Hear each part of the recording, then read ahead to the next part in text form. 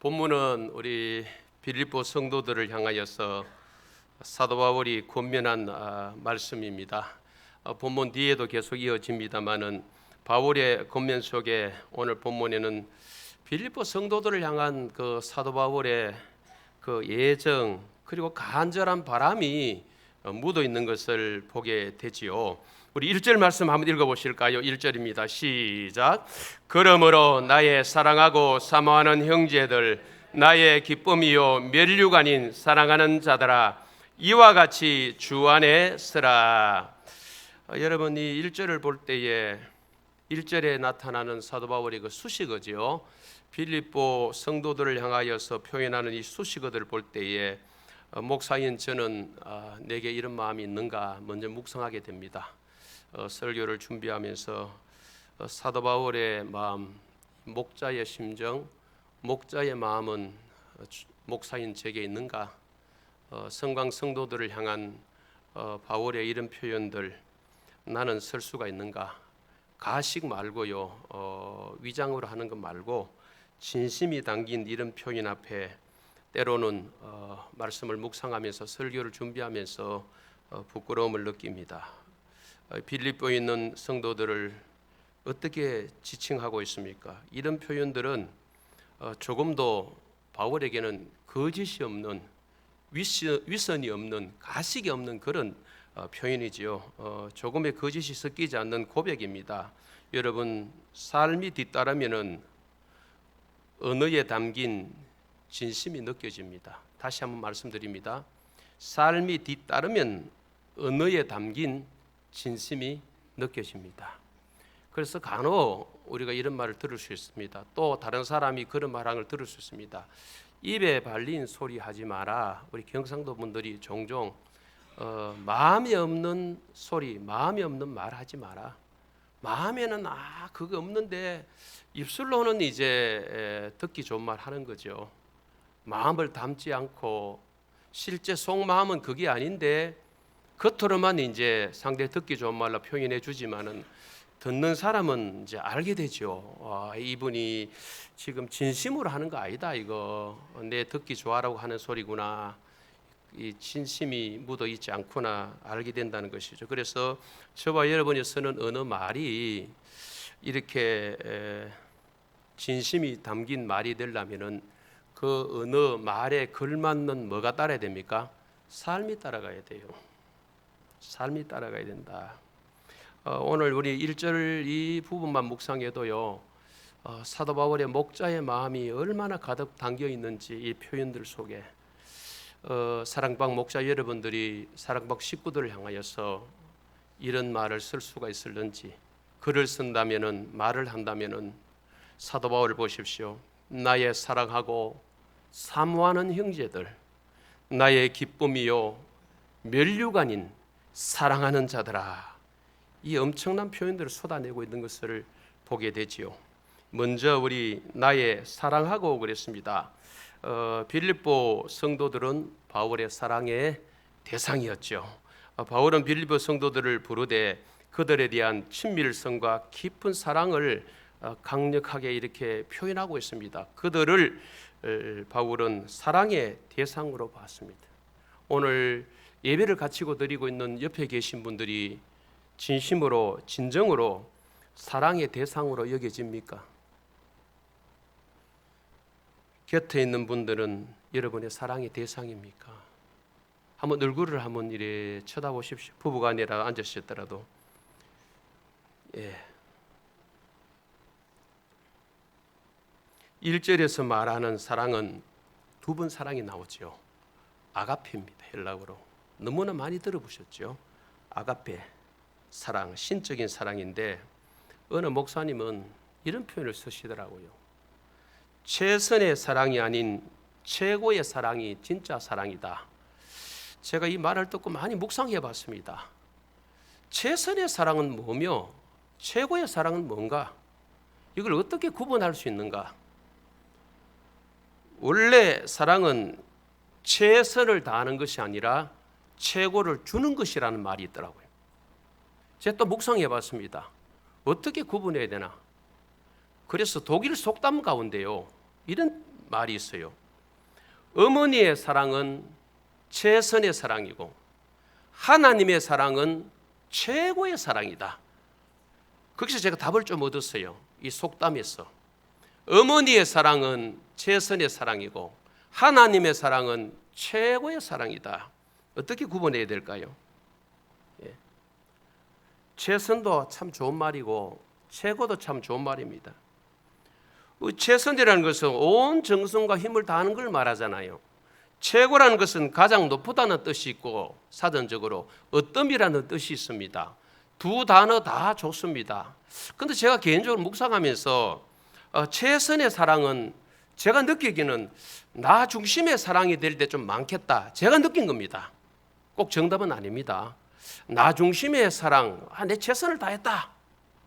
최고의 사랑은 타인 중심, 그렇죠? 내 중심이 아니고 다른 사람의 중심의 사랑이 아니겠느냐. 그렇죠? 최고의 사랑, 최선의 사랑, 최선의 사랑, 최고의 사랑 구분한다면 제가 그래 한번 해봤습니다. 그러면서 제가 과거의 일들이 이래 떠올랐어요.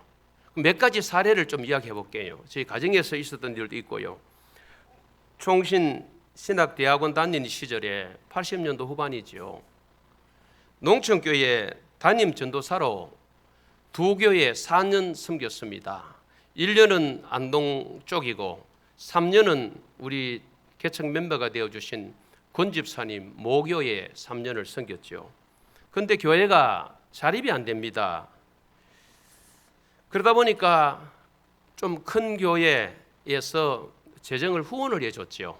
저 개인의 주머니에 통장에 꽂아준 것이 아니고 저는 우리 교회 통장으로 그때도 교회 통장으로 넣어서 교회에서 생활비를 일정 생활비 전도사 그래봐야 생활비가 얼마나 되겠습니까?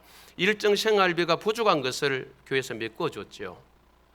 그 후원하는 교회에서 몇몇 교회다 되다 보니까 연중에 한 번씩 초청을 해요. 교회는 이제 후원하는 사역자, 전도사들을 도움 주려고 부르는데 야, 이 젊은 나이에 막상 간다는 것, 그 모임에 간다는 자체가 뭐 저만 가는 게 아니고 그 교회에서 후원하는 분들을 다 불러요.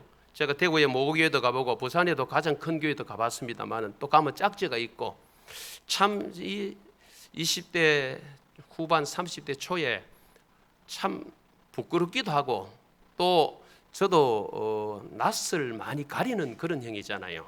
이래서 참 이 가면은 이제 선물 주로 가방을 줘요. 가방 선물 주고 식사 제공하고 예비 조금 주십니다. 그거 받아 오는데 그때 느끼는 감정은 모른 척하고 안 불러주시면 좋았겠다. 그 교회는 관심으로 오늘 말하면은 최선의 사랑이라고 했는데 받아들이는 저는 이제 최고의 사랑이 아닌 거예요. 이건 최선이고 저는 이제 그래서 제가 다짐한 게 있습니다. 앞으로 제가 목회하는 중에 어느 작은 교회나 누굴 후원할 때가 있다면은 그럴 기회가 있으면은 나는 이건 안 할란다. 뭐 성교 편지나 주보에 우리 싫습니다만 이 정도는 몰라고 나는 그리고 내가 개인적으로 찾아가서 따로 만나면 몰라도 공식적으로 후원하는 교회 사역자들을 불러놓고 야 이거는 아닌 것 같다. 그걸 한 느낀 게 떠올랐고요. 그 다음에 아내가 저에게 하는 말이 있습니다. 나도 아직 며느리지만은 내가 며느리로서 겪어보니 그 자리가 이런 일 저런 일로 힘들 때가 많더라는 거죠. 그래서 나는 두 며느리에게 이런저런 일을 하라고 요구 안 할래요. 지금도 저 아내는 결혼 이후에 37년 차 며느리입니다. 어머니가 살아계시기 때문에 맏며느리입니다. 우리 동생 조영채 집사님이 결혼하기 전까지는 수년간 혼자 며느리로서 이제 모신 건 아니지만 내왕을 해드렸죠. 그러면서 느낀 게 뭐냐? 며느리로 있는 자리 내가 겪어보니 참 쉬운 일이 아니다. 그래서 본인이 깨닫는 게 뭐냐 하면은 두 며느리가 있지만은 두 며느리에게 나는 자기가 쌓은 경험담을 통해서 이런 일을 저런 일을 이래라 저래라 자기는 안 할랍니다 하더라고. 지금도 그렇게 살아가고 있어요. 물론 두 며느리 입장은 다를 수가 있습니다. 시어머니는 저희 아내 입장과 두 며느리가 느끼는 건 여전히 어머니가 뭐 간섭하시네요. 진짜 가까이 있는 아들 집에도 내방을 잘 안 해요. 나는 생각에 가서 손자도 한번 보고 놀다 오면 좋겠다 싶지만은 자기들이 자주 찾아오지만은 아들이 힘든 것이 아니고 며느리 돼 보면은 힘든다. 시자가 들어오면은 이미 힘든다. 그래서 시편을 잘 안 좋아할 수 있다. 성경 중에도 시자 들어가면은 스트레스를 받는다. 그래도 어머니가 이거 시어머니잖아요. 이래서 대평근이빌 가까이 있지만은 거의 안 가요. 딱 중심을 지키고 뭐 우리 집에 가도 우리 집에 누리 있고 그 가도 며느리 모든 영역에 대해서는 손도 안 대는 거예요. 내가 그 경험했다. 그래서 저 아내는 최선의 사랑보다도 최고의 사랑을 좀 실천하고 있구나. 좀 그걸 느꼈어요. 저희 아들 부부와 식사할 때 가까이 있는 사람은 더 자주 만나겠지요. 저는 종종 며느리가 음식을 먹다가 끝에 그만 먹으려고 하면은 종종 더 먹어라, 좀 더 먹지 이 말합니다. 그때 아내는 툭툭 칩니다. 알아서 먹는데 여보 권하지 마라. 나는 왜 그래 권하는가? 관심이고 사랑이라고 하는데 아내는 며느리 부담스럽다. 내가 왜 그런 거 가만 돌아보니까 옛날 먹고 살기 힘든 그 시절에 어른들이 음식 권하는 걸 보고 자랐잖아요. 하도 잡수라 그랬고 상다리 제법 많이 부러질 정도는 아이라도 차려놓고는 차린 것 별로 없지만은 많이 드시라고. 제가 어린 시절에 보니까 손님 오셨을 때 차린 것 많이 차렸었는데도 인사를 그리 하는 거예요. 그리고 숟가락 놓으려 하면은 막 더 드시라 그러고 조금만 더 드세요. 한 술만 더 드세요.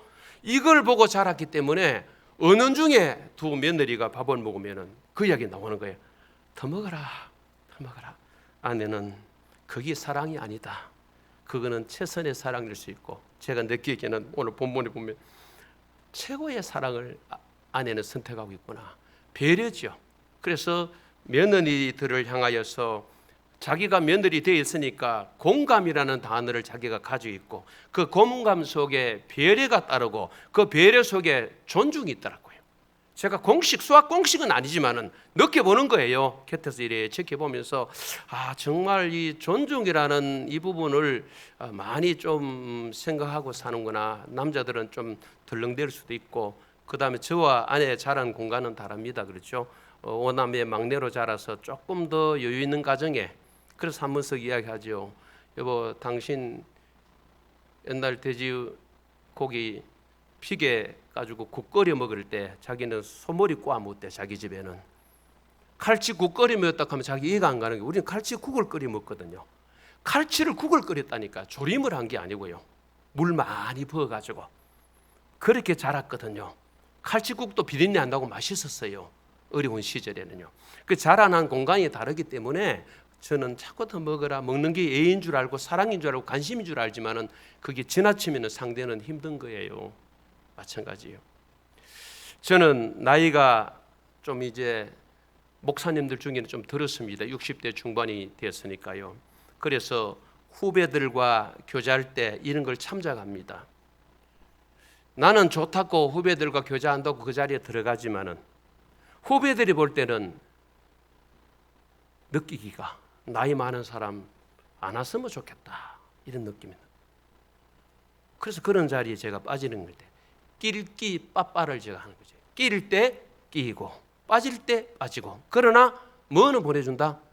내가 좀 더 여유로우니까 교회가 좀 더 크니까 생활비 좀 더 받으니까 보내주는 돈을 보내주는 거예요. 이걸 최고로 좋아하더라고요. 나이 든 영감제가 50대에 끼지 않고 돈은 써주고 보내주고 얼굴은 나타나지 않고 이게요. 그 배운 거예요. 제가요. 이게 사랑이다. 저는 낑기는 것이 최고의 사랑인 줄 알고 과거에는 내가 그 자리에 있어야 되지. 내가 주장해야 되지. 내가 주도해야 되지. 내가 주관해야 되지. 선배인데 이게 맞는 줄 아니에요.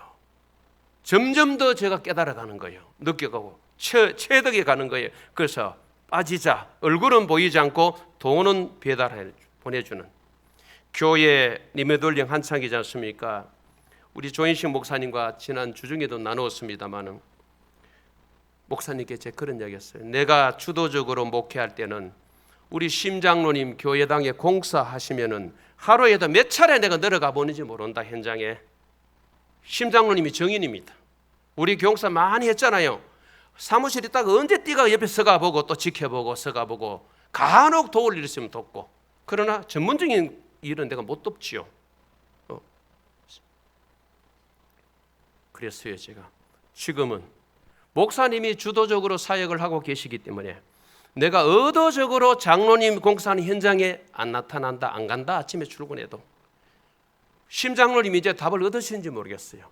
속으로는 장로님 저를 알아서 느끼셨겠지만 조 목사 공사를 몇 주간 하는데도 웃자다가 한번 보이고 얼렁거리지도 않았네요. 장로님 아마 집에 권사님하고 얘기하신지는 모르겠어요. 그러나 워낙 입이 무거우셔서 안 하실 확률은 없습니다.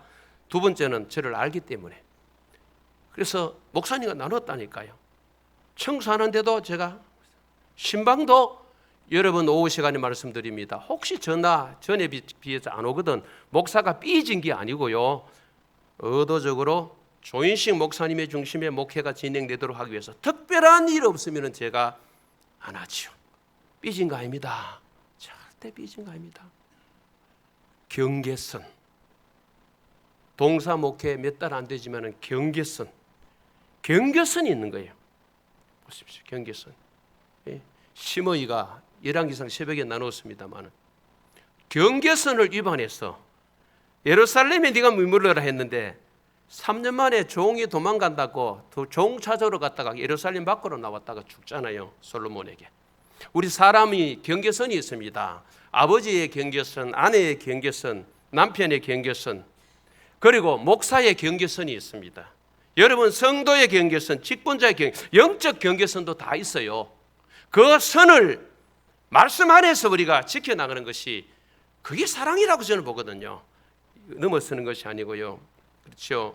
예, 끼 빠빠, 끼일 때 끼고 빠질 때 빠지자. 그리고 목사님의 목회에 나는 걸림돌이 되어서는 안 된다. 내 사전에 늘 생각하면서 사람을 불러놨으면은 불러놓은 그분 중심으로 가야 되지. 아니면은 자주 한 번씩 나눴지만 네가 다 하면 되지. 내 다 하면 되지. 그를 파이면은 그렇죠? 굉장히 부부간에 만났으면은 남편이 늘 총각대하는 행실을 하고 있는 거야. 그럼 혼자 살지. 아내가 아가씨 때 하는 그 일을 그대로 하고 있는 거야. 그럼 혼자 사시지. 둘이 결혼했으면 둘이 같이 가야 되잖아요. 이 부분이 참 중요한 거죠.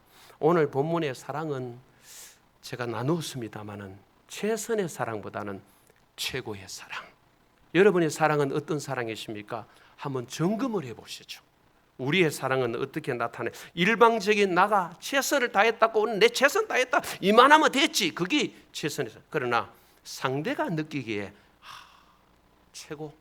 최고의 사랑이야. 이런 그죠? 상대가 느껴야 되지. 우리는 우리 스스로 내가 최선을 다했대. 오늘 하나님 앞에 오전에도 우리가 말씀을 들었습니다만 목사님 말씀. 우리는 내 개인이 최고로 아브라함이 잘 사는 줄을 이만하면 됐지. 나는 성공해서 하지만은 하나님이 보실 때 하나님의 잣대, 말씀의 잣대로 볼 때에 어떤 평가를 받을는지 이게 참 중요한 거잖아요, 그죠? 참 중요해요. 이 본문에 뒤에도 보십시오. 사모한다. 이 사자는 한문으로 보니까요. 생각할 사자, 모자는 그리워할 모자예요. 생각하면 막 그리워하는데 빌립보서 1장 8절을 보십시오. 화면을 띄워주시면요. 내가 예수 그리스도의 심장으로 너희 무리를 얼마나 사모하는지 하나님이 내 증인이시라 그랬습니다. 정말 사도 바울은 빌립보 성도들을 너무너무 사랑했어요. 예? 그리고는 나의 기쁨이요 그랬죠. 형제는 기쁨의 대상이죠. 사랑이 있으면 반드시 뭐가 있습니까? 기쁨이 있습니다. 사모하고 기쁨이 있고 그 다음에 뒤에 보시죠. 면류관인 사랑하는 자들아. 면류관 기쁨이 현재적 기쁨이라면은 면류관은 종말론적 영광입니다. 바울을 쓰는 표현들을 보십시오.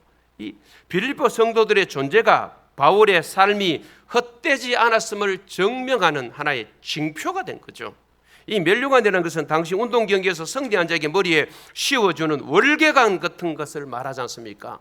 이 면류관이 사랑하는 자들아, 이렇게 표현하고 있는 것을 보죠. 여러분, 사도 바울이 데살로니가 전서를 통해서도 말씀했어요. 살전 2장 19절 20절에 보니까 우리의 소망이나 기쁨이나 자랑의 면류관이 무엇이냐, 그가 강림하실 때에 우리 주 예수 그리스도 앞에 너희가 아니냐, 너희는 우리의 영광이요 뭐라 그랬습니까? 기쁨이니라 하면서 이 성도들을 향하여서 빌립보 성도들 형제들이라고 본문에 그랬어요. 그래서 교회가 너무 직분 쪽으로 치우쳤으니까 사실 집사님 하면 다가가기가 좀 쉽고, 장로님 하면은 좀 더 힘들고, 목사님 하면 더 힘들어요. 직분자적인 관계에 놓여 있기 때문에 형제 자매로 살아가기가 쉽잖아요. 교회는 직분을 넘어서서 우리 성광교회 공동체 안에서 형제요 자매라는 의식이 강하게 두드러지게 드러나야 됩니다. 그게 바로 뭡니까? 건강한 교회의 모습입니다. 그렇죠? 모습입니다. 그게 모습이요. 이 사모함의 대상이다. 이렇게 하면서 수식어를 넣어서 정말 목자의 가슴이 어떤 가슴인가 보여주면서 세 가지를 본문에 부탁합니다. 부탁하네. 사랑하는 자들 하면서 첫째는 1절 하반절에 주 안에 서라 그랬죠. 이와 같이 주 안에 서라. 여기 이와 같이 빌립보 성도들이 지금까지 바울의 가르침을 따라서 굳게 서서 있었다는, 서 왔다는 것이죠. 주 안에 서라. 주 안이라는 것은 여러분 잘 아신 대로 그리스도인의 삶의 장소입니다. 우리가 언제나 굳건히 서야 할 자리가 바로 어디입니까? 주 안인데, 여러분 선다는 이 헬라 단어가 군사 용어로서 병사들이 전쟁에 임하는 태도를 묘사할 때 사용한 단어인데, 진지를 구축하다, 후퇴하지 말라, 이런 뜻이 있어요. 그래서 여러분 들어보셨죠? 과거에 우리 그 데모를 많이 할 때에 데모 진압하는 경찰들을 스크럼이라 그러죠. 다 해가 뭉치고 앞에 뭐 방패대 가지고 총총 서가지고 맞서잖아요. 데모대와, 그죠? 그 어느 한쪽이 무너지면 안 되는 거예요. 몇 명이 넘어지면은 그쪽이 어려워지죠, 그죠? 철저히 스크럼처럼 서 있는, 여기 주 안에 선다는 것은 바로 그런 의미예요. 한 개인이, 한 사람이 딱 서가 있는 게 아니고요. 빌립보 성도들 이 교회를 향하여서 너도 나도 다 뭡니까? 다 진지를 구축하고 영적 태세에 돌입해 있는, 그렇죠? 방어체계에 돌입해 있는, 진지를 구축하고 있는 그런 상황을 말하죠. 그래서 사도 바울은 빌립보 성도들을 이렇게 말한 거예요. 군사적인 용어를 써가면서 주 안에 서라. 결코 후퇴하거나 뒤로 물러서서는 안 된다. 진지를 구축하고 영적 싸움에 걸맞는 자세를 취하고 함께 뭡니까? 서 있어야 된다 그러죠. 그래서 제가 목회 중에 많이 강조한 내용이 있죠. 성 쌓는 교회가 되지 말고 길 닦는 교회가 되자. 또 있죠. 유람선 같은 교회가 되지 말고 뭐 같은 교회요? 군함 같은, 항공모함 같은 교회가 돼. 유람선은 여러분 잘 아시죠? 세월호 군함 같았으면 그렇게 많이 안 죽었겠죠. 살아날 사람 많습니다. 유람선이었기 때문에 그렇게 많이 죽은 거예요. 군함이었으면 그렇게 안 죽었습니다. 교회가 유람선 같은 교회가 되면 안 됩니다. 우리 교회는 안 그런 줄 알고 있습니다만은 소수가 끼어서, 가정도요, 유람선 같은 가정이 어떤 가정인지 아세요? 한 사람만 끼어 있는 거죠. 나머지는 유람선 안에 타는 사람과 똑같아요. 영적 감각이 없어요. 쉽게 말하면 영적 벼라면 말이죠. 한 사람만 끼어서 살피고 혼자서 여러 가지 일을 다 하는 거예요. 한 사람이. 얼마나 힘들겠어요. 교회도 마찬가지입니다. 뭐 20, 80 법칙, 80, 20 법칙 이런 게 교회에 적용되면 한 20%가 헌신하고 나머지 80%는 아무런 교회 관심이 없고 교회야 뭐 어떻게 돌아가든지, 이거는 건강한 교회 아닌 거예요. 이게 바로 뭡니까? 유람선 같은 교회예요. 여기 주 안에 서라 그럴 때에 빌립보 성도들을 한두 사람만 주 안에 서는 게 아닙니다. 전체가 다 쓰는 것이죠. 그래서 오늘 1절 표현에 형제들이라 그랬고 사랑하는 자들이라고 복수를 썼어요.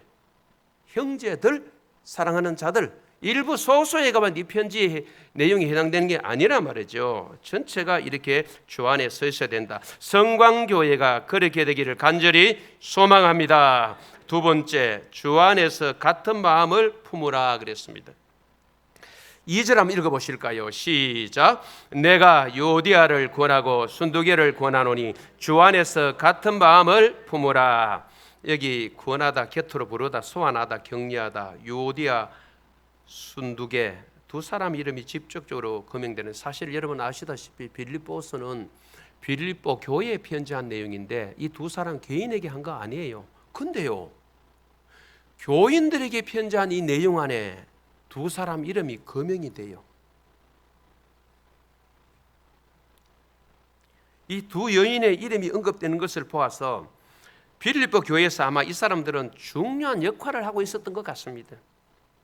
또 그들의 불화가 얼마나 심각했는가를 이 두 사람의 이름이 거명되는 것을 보아서 우리는 알 수가 있습니다. 이들을 향하여서 어떤 마음 품으라? 같은 마음을 품으라. 같은 마음을 품기를 권면하는데, 마음이 같아지기를 원하는데 그러려면은 주님의 마음을 가져야 돼요. 한번 따라해 보실까요? 주님의 마음을 가져야 합니다. 빌립보서 2장 5절입니다. 그리스도 예수의 마음. 주님의 마음은 어떤 마음입니까? 겸손한 마음, 낮아지는 마음, 죽으리만큼 자신을 비우는 마음. 어떤 분이 겸손을 이렇게 말했어요. 겸손이란 자기를 찾아가는 것이다. 저는 의미가 있다고 봅니다. 자기를 찾아가면은, 내가 누구인지 알면 겸손할 수밖에 없는 거예요. 빌립보서 앞쪽에 나눴죠. 남을 나보다 낫게 여기라. 그럼 싸울 일이 없는 거죠. 우리가 왜 따지고 싸워갑니까? 상대보다 내가 낫다는 것 때문에 자꾸 말하잖아요.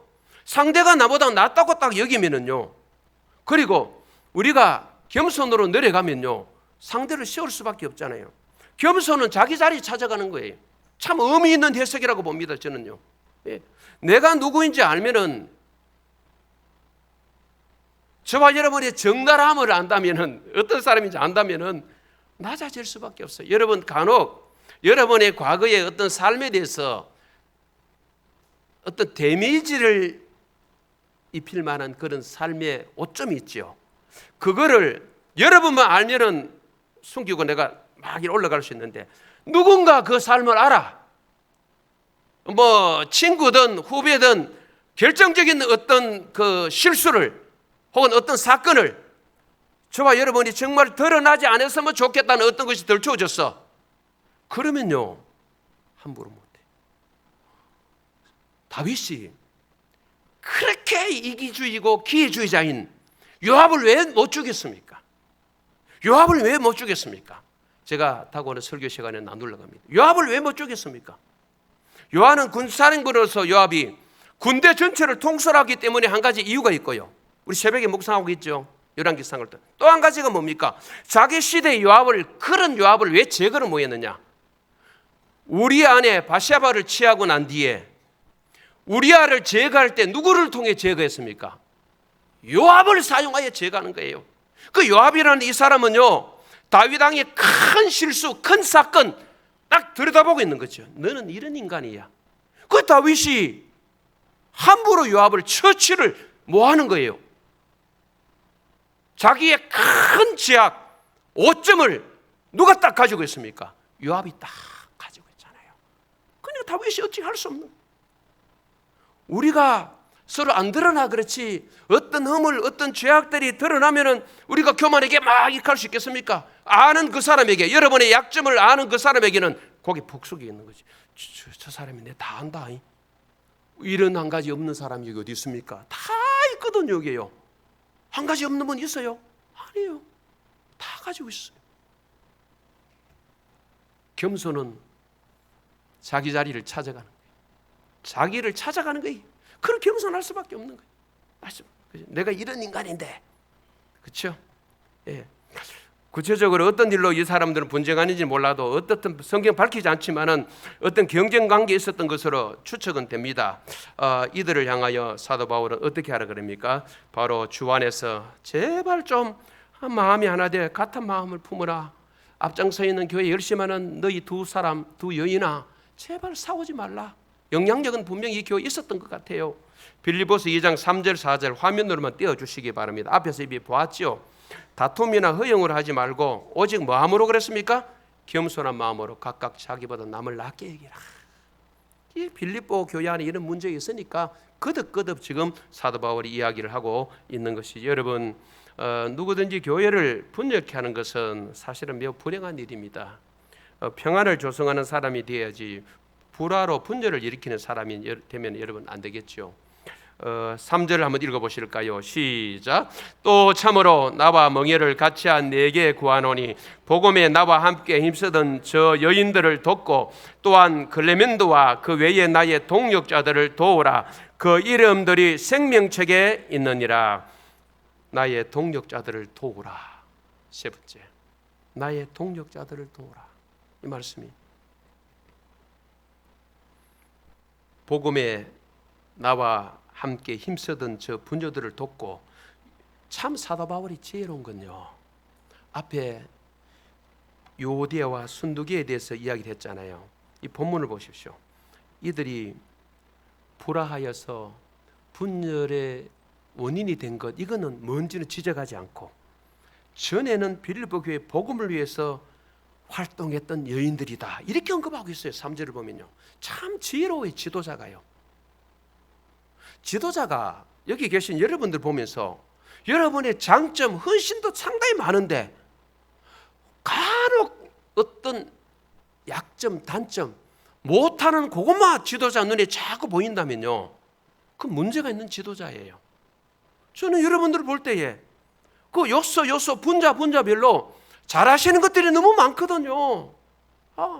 주일날 봉사하시는 분만 봐도요, 우리 조인식 목사님 그런 얘기 하셨습니다. 주차 저 더운데 땀 흘리는데 뭐 다 젖어요. 그 1부 2부 안내한다고 어느 분은요. 뭐 찬양은 쉽습니까? 주방, 화장실 청소, 운전 하나같이 우리가 봉사하고 섬기고 있어요. 얼마나 아름다우면. 또 지금 언급 안 한 부분이 있어서 나도 이런 건 목사님이 언급 안 하지. 목자 만만치 않습니다. 주일학교부터 해서 전체 또 장년 목자, 이런 일을 보십시오. 사도 바울은 뭐 이 두 여인이 문제 있다고 문제 원인을 찾아가면 그 말은 어떻게 해요?